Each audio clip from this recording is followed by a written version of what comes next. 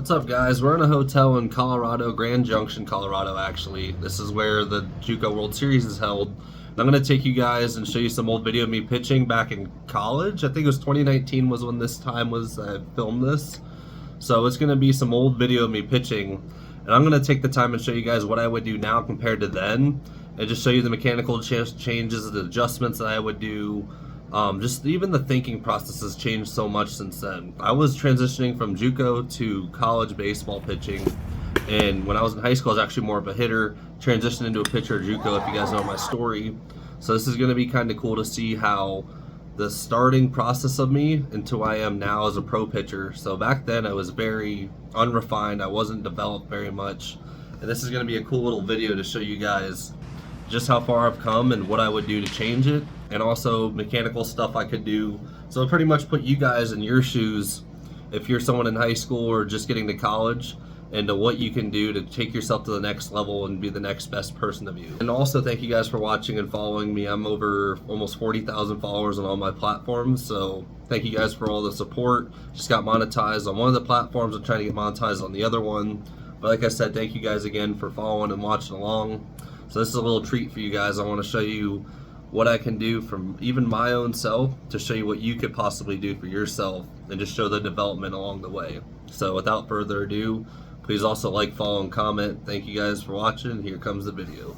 So in the live AB settings in college, you call out your pitch and location, and this is my pitching coach talking to me while I'm pitching.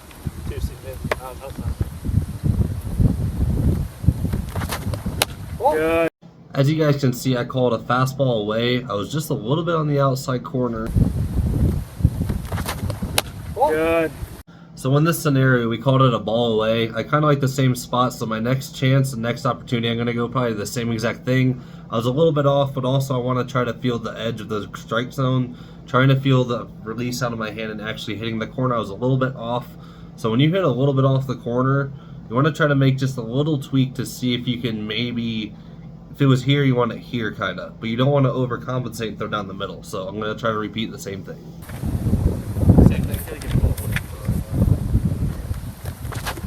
Good pitch, AJ. Good pitch, AJ.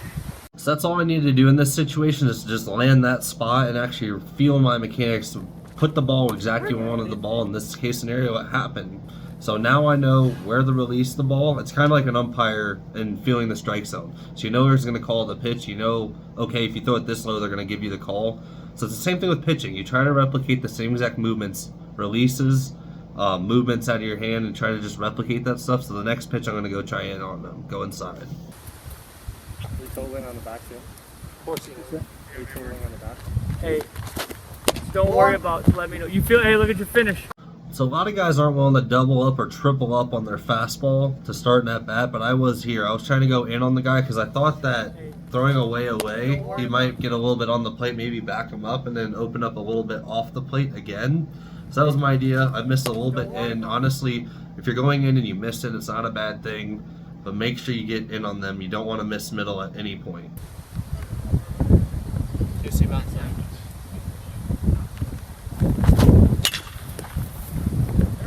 So like I said, backing him off the plate to get this movement actually worked out in our favor here. I threw a ball in the corner that I threw before that he took, and he just got his hands extended, because before I backed him off the plate, his hands now aren't going to be as quick to get to the away pitch and cause the ground ball probably to third base. Wasn't hit that hard. It honestly was either in between the little gap or it was a soft ground ball out. This is a perfect example of backing a guy off a plate and then going away from him, pushing and pulling, going in, out, up and down, working against the batter, and your advantage to get them out, to hit the ball softly. You don't always have to strike everyone out. This is something I learned in college. Just get weak contact and get out of there, get the at bat over. It was 4 pitches, see you done.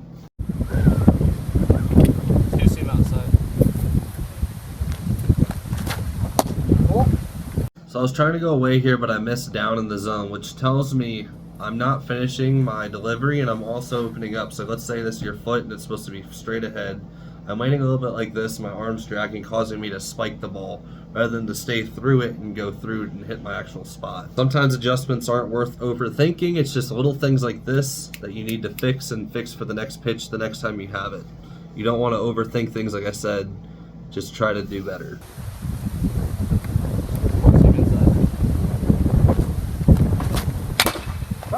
Locate. Locate. That's the one you get yourself in trouble on. Don't try to do more. Locate better, right? Command it. As you guys can see, I got away with a pitch right down the middle here. He fouled it off, but it is not a good location. I was trying harder. I tensed up, and I missed my spot. I was trying to go in on the dude. Ball ran this way, right down the middle. I got away with one, but you do not want to be trying this. You cannot definitely repeat these middle pitches. If you're missing down the middle, you're doing something wrong. You should never be aiming there. I accidentally got away with one, but let's see what happens next. Come on. Two-seam outside. So I did the same type of stuff. When I was younger in college, I used to do this a lot where I would tense up and miss my spot completely, not even within the area I was trying to hit. It's honestly just remembering and repeating the adjustments and slight tweaks you're trying to make and not making the same mistakes like I just did. You have to adjust and know how to do it consistently and have feel for your body and mechanics that you use all the time. Every pitch, right? Which is A lot of the times it's really small minor tweaks you're doing wrong. It's not, I used to be spinning in my head a lot when I was doing this. And I want you guys to listen to what my coach says here. My coach was really helpful with me back in college. So listen to the words that he says. My velocity even dropped to 3 mile an hour. When you're going to hear what he's going to say here. I was like 89, 90, normally 91, 92, topping out 94. But my velo would drop when I would miss heavily because of my mechanics as well. So listen to what he has to say. it's good for what we want, right? You think that's good? Yeah. You do or you don't think so? 89, 90 is good. That's good. What do you think that one was? See what it was? Huh? 85. 87. But the thing about it, you stay behind it. It doesn't take you don't have to really think too hard on it. If you stay behind it, So hard with better mechanics. correct. Everything, if you're proper, everything's out in front here, rather than spinning this way. If you spin this way, you're not staying behind it, which in turn is going to either cut. That one cut. Exactly, and you lose velocity. Make sense? And your efficiency goes down. So when he's talking about staying behind the ball, he's talking about not coming out of your mechanics and trusting your body to get to a spot. A lot of times I used to tense up and force myself to try to throw harder, but when in reality you have to trust your process of your body movement that it's going to work for you and just know your arm's going to be there on time. Do the right things correctly and mechanically, and the arm will take care of it out of your hand. 2-1. I love this stuff. I hate it too, but it's neat food. You know what I mean? Yeah. As long as you guys don't worry about the Four-seam inside. Yep. Get in there. Good. So this was a perfect pitch location inside on the guy, got a foul ball, so now I'm 2-2. This is perfectly what my coach was talking about, staying behind the ball and driving through the location. Best part about it, it was 90 right here also. What do you think that was, Jake? The speed or the Speed. 88? 90. Two-seam outside. So I tried to go away here, overcompensated, and the ball flew out that way. It's the same type of stuff I was talking about. Honestly, it's not horrible though, because I tried to go out, went too far out. Like I said, if you're trying to go in, go in. Don't miss middle. You're not going to get hurt going this way. You're going to get hurt going in or not being able to finish your pitches correctly. So let's see what happens 3-2 right here. Time to compete. Four-seam inside. Good pitch. So the dude roped the ball. It's probably a double in the gap, I'd say, where he hit it. It was a really hard hit ball, but a 3-2 count. I would rather have this happen than a walk. Honestly, I hit my spot. He hit the ball. You got to tip your cap on that situation. Like he said, it was a good pitch. Sometimes the batter's going to win. In that situation, he won. So let's get to the next at bat. Curveball. Good. So I had to cut the video off because my coach said something that really you can't say on YouTube, but literally the ball was a little bit off the plate. Could have been a ball or strike, but he had some choice words for the call. We just stuck with it as a ball because it was a situation, hitter versus pitcher practice, so I want to practice being 1-0, but it was a good spot, hit my exact location I wanted. It was a backed up curveball against a lefty, which I rarely throw, but in this situation I hit my spot away on the corner, but it's 1-0. Two-seam outside. Good, man. So I felt really good from hitting that spot, so I'm like, let's just throw a fastball. Fastball, threw it right past him. I think it was 91 on the corner. Had really good two-seam run on it. This is where I feel good, when I'm hitting the outside corner with a curveball and then hitting the same spot with a fastball. This is where you know you're really feeling good, and you got to remember how it feels, so keep going. 1-1. Good. Four seam inside. Get it in there. Hard to complain hitting the same exact spot in the corner, but that was my missed location. I was trying to go in on the dude to hit the outside corner. I don't know, sometimes it just works like that, but 1-2. You really want to try to hit your spot, but I mean, you can't really complain with a pitch on the corner. Change it down. Yeah. So 1-2 count, I dotted a changeup low and away, strike 3. Honestly, this is a really tough at bat for the batter. This kind of shows when you hit your spots, you kind of control what you're doing in the count. The last at bat was a long 3-2 count where he got to it, hit the ball. But this at bat was right where I wanted the pitches to be, pretty much on the corners, out of his reach to hit the ball. And honestly, it worked out in my favor, so let's go to the 4th at bat. Make sure we get them all. Four seam inside. Yes, sir. Dude, are you seeing this right now?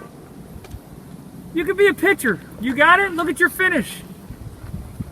So this is actually kind of getting me a little sentimental right now, because my college coach was really hard on me, and this is why, because he saw potential in me and saw that when I actually am a pitcher and try to hit my spots, he saw what I could do. I tried to go inside, saw my spot, went through and finished with it. He saw the potential in me, and all this is coming out too from what stuff he showed me, and it's just all compiling into hitting my spots, going and dominating in the spots where I want. Curveball. So it was a missed pitch. It was very uncompetitive, but honestly, his curveball was trying to go down and in, missed down and in. It wasn't very close. It's not going to be competitive. At the same time, I didn't get hurt here, so it's 1-1. Two seam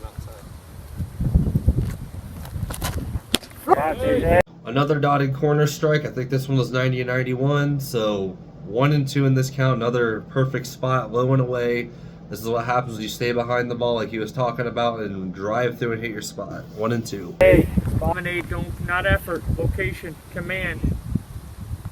Change up down. Another changeup away, just a little bit off the plate, but it's exactly where I wanted it to be. 2-2 count. Honestly, it couldn't be in a better spot here. Even though some counts where they're even, you really are advantage as pitcher when you spot stuff just a little bit off the corner, because he wouldn't have swung at that pitch, and honestly, in that spot, umpire might ring him up right there. But if you can make very competitive pitches, that's another thing.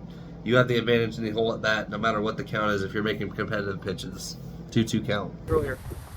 Four seam inside. Oh, I like that. Yeah. Locate.